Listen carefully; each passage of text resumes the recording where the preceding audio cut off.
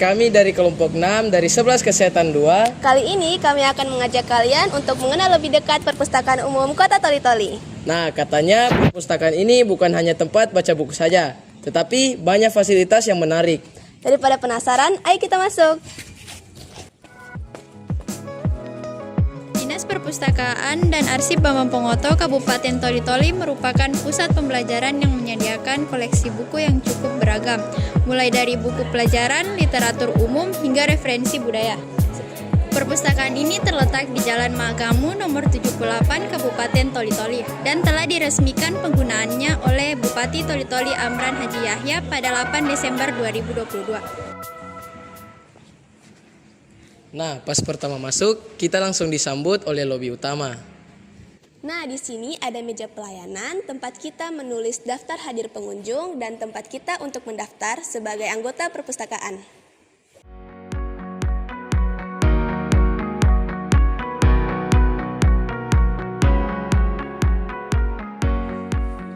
Ternyata buku di sini banyak juga loh, mulai dari buku pelajaran, buku novel, dan juga buku referensi budaya.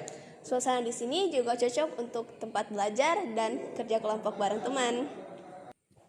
Semakin berkembangnya zaman, perpustakaan tidak hanya menyediakan layanan buku fisik saja loh. Seperti yang diterapkan oleh Perpustakaan Umum Kota Toli-Toli ini, yaitu program literal atau literasi digital. Nah, lewat program ini, kita bisa membaca e-book dan juga mencari referensi lewat situs web perpustakaan. Tapi ini hanya bisa diakses melalui wifi khusus yang ada di area perpustakaan saja. Program literal merupakan inovasi digital yang memudahkan masyarakat menikmati literasi secara praktis dan modern. Selain memiliki ribuan buku, perpustakaan ini juga memiliki berbagai fasilitas yang dapat mendukung kegiatan literasi masyarakat dari semua kalangan. Yap, betul banget. Ayo kita cek.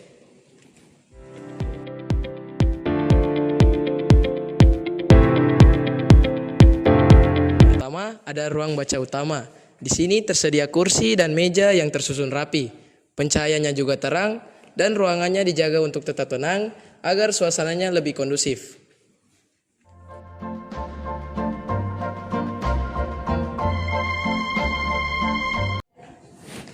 Nah, kalau ini namanya ruang anak, dikhususkan untuk anak-anak TK yang ingin belajar sambil bermain. Di sini disediakan perosotan, permainan, dan meja yang kursi yang ditata rapi. Kemudian di sini juga disediakan AC yang akan menjaga suhu di sini tetap sejuk dan membuat anak-anak lebih nyaman untuk belajar dan bermain di sini. Lalu ini adalah panggung literasi. Panggung ini biasanya digunakan untuk acara-acara seperti lomba baca puisi, bedah buku, dan juga kegiatan komunitas lainnya.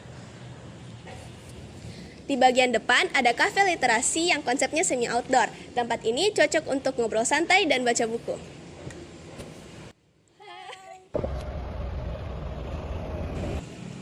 Selanjutnya ada ruang diskusi. Jadi temanya ini semi outdoor agar membuat suasananya lebih santai dan terbuka. Biasanya ruang diskusi ini digunakan untuk kerja kelompok, rapat, atau diskusi ringan antar pelajar.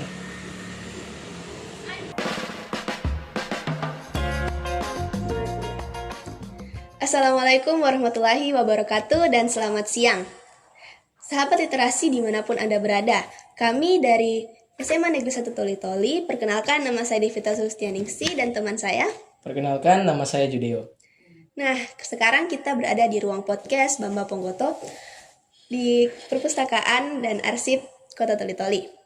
Nah, kali ini kita memiliki kesempatan nih untuk berbincang singkat dengan ibu-ibu yang bertugas di sini. Yang pertama itu Kepala Bidang Pengolahan Layanan dan Pelestarian Bahan Perpustakaan, yaitu Ibu Lisdiawati. Iya, Halo siang. Ibu. Dan Ibu Andi Iswana, Halo. SE, yaitu staf pelayanan. Nah, apa kabar ibu-ibu? Alhamdulillah, baik, sehat. Nah, kami di sini ingin menanyakan beberapa pertanyaan. Yang pertama, Bu, bisa jelaskan layanan utama apa saja yang ada di Perpustakaan Umum Kota Toli-Toli ini? Oke, terima kasih untuk adik-adik dari SMA Negeri 1 Toli-Toli. Saya mengucapkan terima kasih atas kedatangan adik-adik semua di dinas kami. Jadi, baiklah saya akan menjelaskan layanan yang ada di perpustakaan. Pertama itu ruang baca. Ruang baca yang ada di tempat kami menyediakan buku-buku atau bahan perpustakaan atau bahan pustaka lainnya dengan fasilitas yang nyaman. Kedua, perpustakaan digital atau literal. Nah, perpustakaan digital ini menyediakan akses buku atau referensi dalam format digital yang bisa diakses secara online. Terus ada juga di sini ruang podcast. Ruang podcast ini tempat yang difasilitasi untuk merekam audio seperti podcast. Biasanya dilengkapi dengan alat rekam suara dan perangkat editing agar pengguna dapat membuat konten kreatif yang bisa digunakan untuk edukasi atau hiburan. Selanjutnya, ruang diskusi.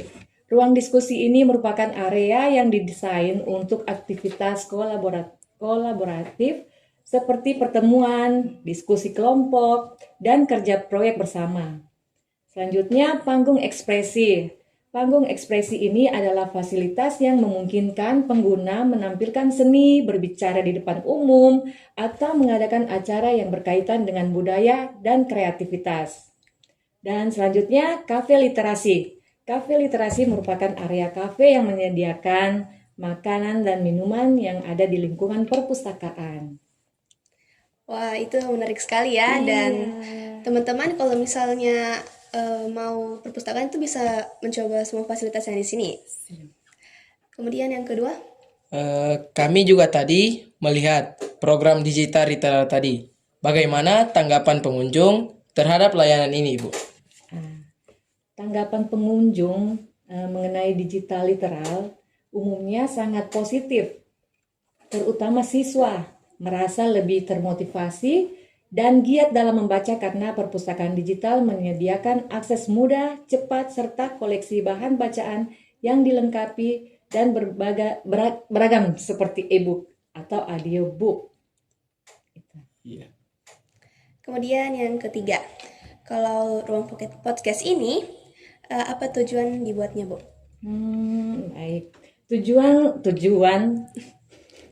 Tujuan ruang podcast pada Dinas Perpustakaan adalah sebagai wadah untuk sebagai informasi, ide, dan wawasan melalui media audio yang dinamis dan interaktif.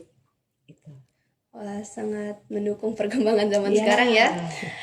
Kemudian yang keempat, Ini untuk Ibu.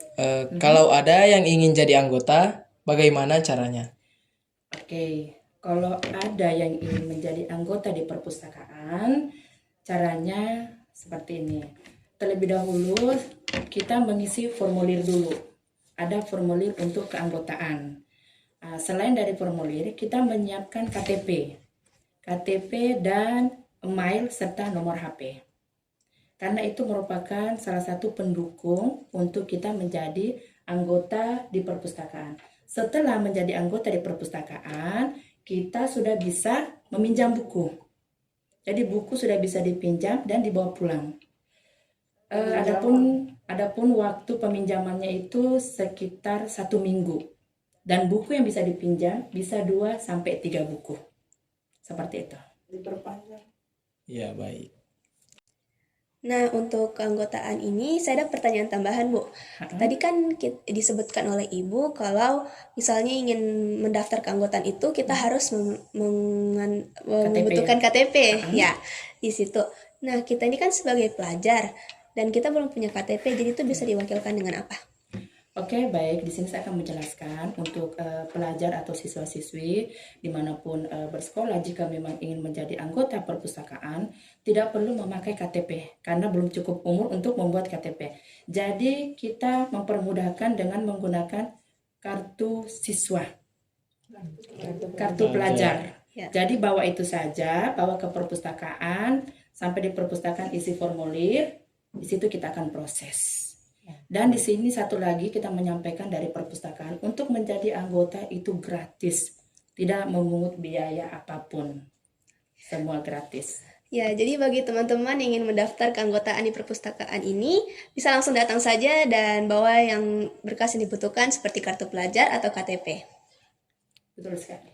Kemudian yang terakhir, apa harapan Ibu untuk pengunjung perpustakaan, terutama anak muda?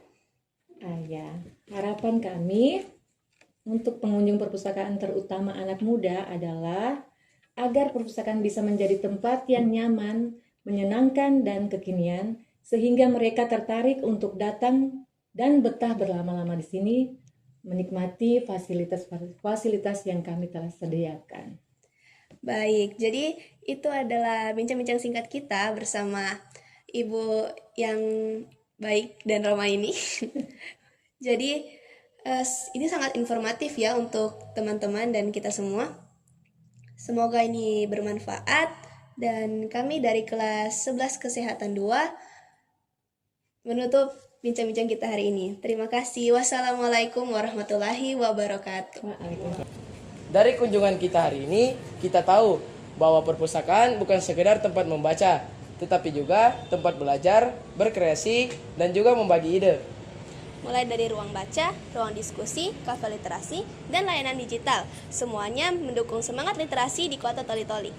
Terima kasih sudah menonton vlog kami tentang mengenal Perpustakaan Umum Kota Toli-Toli.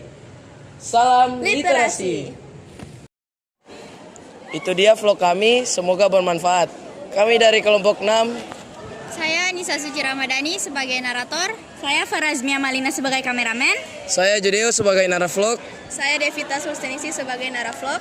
Saya Asmita Dimitri sebagai editor. Sekian dari kami. Wassalamualaikum warahmatullahi wabarakatuh.